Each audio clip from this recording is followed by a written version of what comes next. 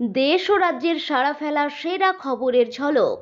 খবরের প্রথমেই দেখে নেব আজকের সংবাদ শিরোনাম। 2026-এর মহারণ, কোন কোন আসনে কোণঠাসা হতে পারে ঘাসফুল শিবির, এক নজরে সম্ভাব্য ডেঞ্জার জোন।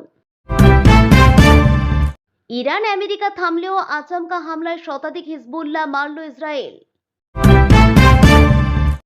রান্নার গ্যাসের উপর থেকে কর তুলে দিচ্ছে কেন্দ্র, এক ধাক্কায় কতটা কমবে এলপিজির দাম।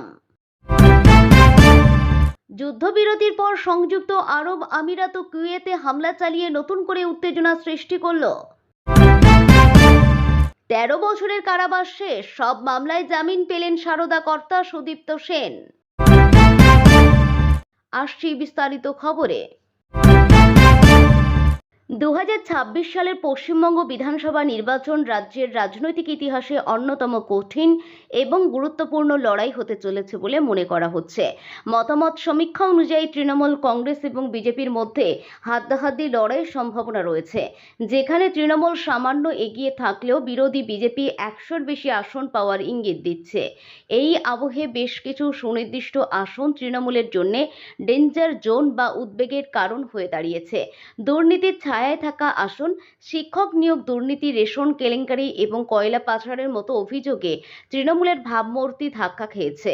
যদিও তৃণমূল দুর্নীতিমুক্ত ভাবমূর্তি তৈরি করতে 74 জন বিধায়ককে প্রার্থী তালিকা থেকে বাদ দিয়েছে, তবুও কিছু বিতর্কিত নেতাকে পুনরায় মনোনয়ন দেওয়া হয়েছে। বীরভূমের বোলপুর আসনে মন্ত্রী চন্দ্রনাথ সিনহা ইডির নজরে থাকা সত্ত্বেও প্রার্থী হয়েছেন, যা ওই আসনের কঠিন লড়াইয়ের ইঙ্গিত দিচ্ছে। একইভাবে রেশন দুর্নীতিতে অভিযুক্ত জ্যোতিপ্রিয় মল্লিককে হাবড়া এবং নিয়োগ কেলেঙ্কারিতে বিতর্কিত পরেশ অধিকারীকে মেখলিগঞ্জ থেকে পুনরায় টিকিট দেওয়ায় সেখানে তীব্র বিরোধিতার মুখে পড়তে পারে শাসক দল। ভবানীপুর তৃণমূল নেত্রী মমতা বন্দ্যোপাধ্যায়ের নিজের কেন্দ্র ভবানীপুরকেও এবার বিজেপি নন্দীগ্রামের মতো একটি ফাঁদ হিসাবে দেখছে। 2024 সালে লোকসভা নির্বাচনের ট্রেন্ড অনুযায়ী এই কেন্দ্রে তৃণমূলের লিড কমে দাঁড়িয়েছে মাত্র 6500 ভোটে।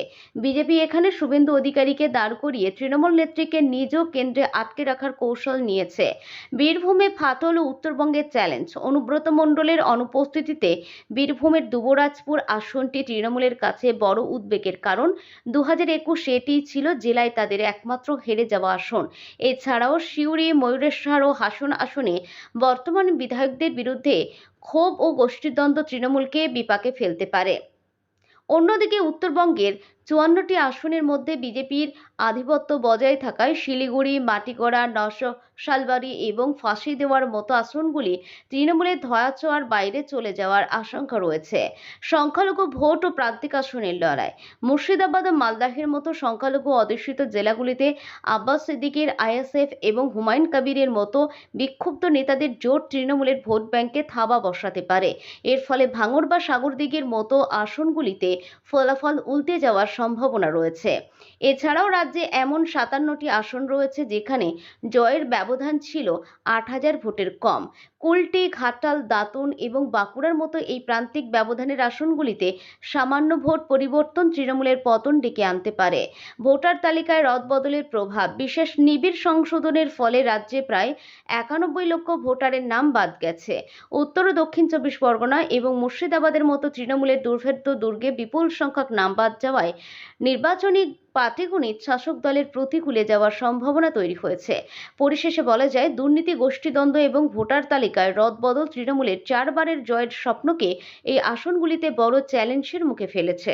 আমেরিকা যুদ্ধবিরতি ঘোষণা করলেও থামছে না ইসরায়েল। লেবানন জুড়ে হিজবুল্লাহর একাধিক সদর দপ্তরে আকস্মিক বড় ধরনের হামলা চালিয়েছে ইসরায়েল প্রতিরক্ষা বাহিনী। লেবানন জুড়ে হিজবুল্লাহের একাধিক সদর দপ্তরে আকস্মিক বড় ধরনের হামলা চালিয়ে ইসরায়েলের প্রতিরক্ষা বাহিনী এক বড় সাফল্য দাবি করেছে। ইসরায়েলের প্রতিরক্ষা মন্ত্রী ইসরায়েল কাতুজ বলেছেন, লেবাননের বিভিন্ন স্থানে হিজবুল্লাহর সদর দপ্তরগুলিতে আকস্মিক হামলায় শত শত হিজবুল্লাহ জঙ্গি আক্রান্ত হয়েছে। এটি অপারেশন বাজার্স এর পর হিজবুল্লাহ যে সবচেয়ে বড় একক আঘাত পেয়েছে তাই। প্রতিরক্ষা মন্ত্রী কাতুজ আরও বলেন, এই অভিযানে হিজবুল্লাহর কমান্ড ও কন্ট্রোল সিস্টেমের উপর বড় ধরনের আঘাত করা হয়েছে।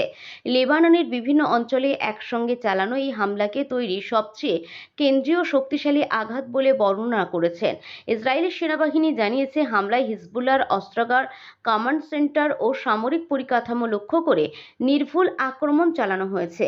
এই হামলার পটভূমিতে ইসরায়েলি কর্মকর্তারা বলছেন, হিজবুল্লাহ যাতে নিজেদের শক্তি পুনর্গঠন করতে না পারে সেজন্যই এই অভিযান চালানো হয়েছে।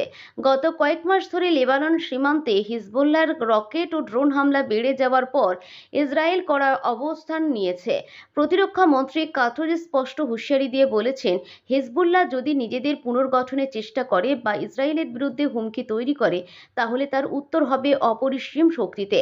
লেবাননের দক্ষিণাঞ্চল ও বেকা উপত্যকায় হিজবুল্লাহের একাধিক গুরুত্বপূর্ণ ঘাঁটি এই হামলায় ক্ষতিগ্রস্ত হয়েছে বলে জানা গেছে।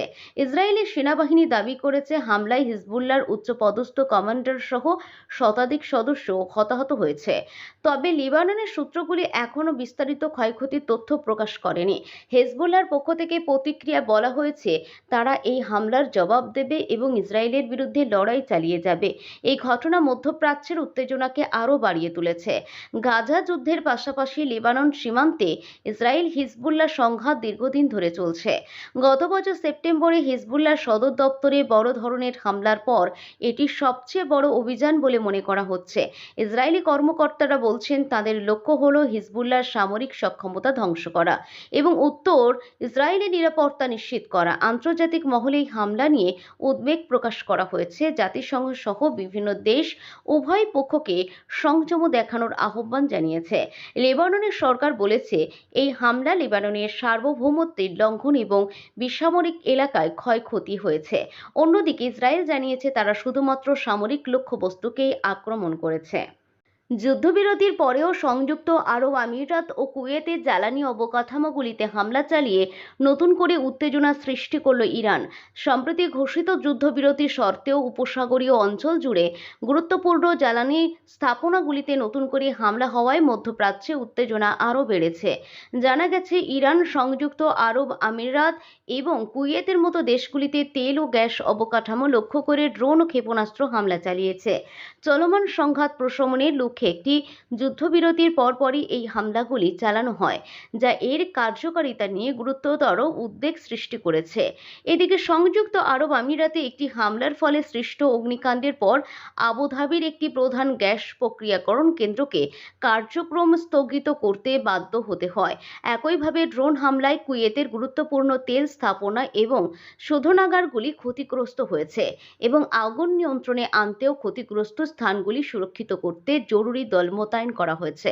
কুয়েতের বিমান প্রতিরক্ষা ব্যবস্থাও বিদ্যুৎ কেন্দ্র এবং লবণাক্ত জল পরিশোধন কেন্দ্র সহ গুরুত্বপূর্ণ অবকাঠামো লক্ষ্য করে আসা একাধিক ড্রোন প্রতিহত করেছে। যদিও এর পরেও কিছু ক্ষয়ক্ষতির খবর পাওয়া গেছে। মনে করা হচ্ছে, যুক্তরাষ্ট্র ইসরায়েলকে ঘিরে চলমান বৃহত্তর সংঘাতের প্রেক্ষাপটে ইরানের প্রতিশোধমূলক কৌশলের অংশ হিসাবে এই হামলাগুলি চালানো হচ্ছে। লক্ষণীয় যে, যুদ্ধবিরতি আলোচনার পরেও হামলাগুলি অব্যাহত ছিল, যা এই চুক্তির ভঙ্গুর ও অস্থিতিশীল প্রকৃতিকেই তুলে ধরে। এই উত্তেজনা বৃদ্ধি একটি দীর্ঘস্থায়ী জ্বালানি সংকটের আশঙ্কাকে আরও তীব্র করেছে, কারণ তেল অবকাঠামোর উপর বারবার হামলা বৈশ্বিক সরবরাহ শৃঙ্খলাকে হুমকির মুখে ফেলছে এবং তেলের বাজারে অস্থিরতা বাড়াচ্ছে। সার্বিকভাবে পরিস্থিতি ইঙ্গিত দেয় যে, কূটনৈতিক প্রচেষ্টা সত্ত্বেও বাস্তব পরিস্থিতি উত্তপ্ত রয়ে গেছে এবং এই অত্যন্ত অস্থিতিশীল অঞ্চলে যুদ্ধবিরতি টিকিয়ে রাখা কঠিন হয়ে পড়েছে। এখন দেখার বিষয় যে, সংযুক্ত আরব আমিরাত ও কুয়েতের জ্বালানি অবকাঠামোগুলিতে হামলার পর ইরানের বিরুদ্ধে আমেরিকা কোনো কঠোর পদক্ষেপ নেয় কিনা।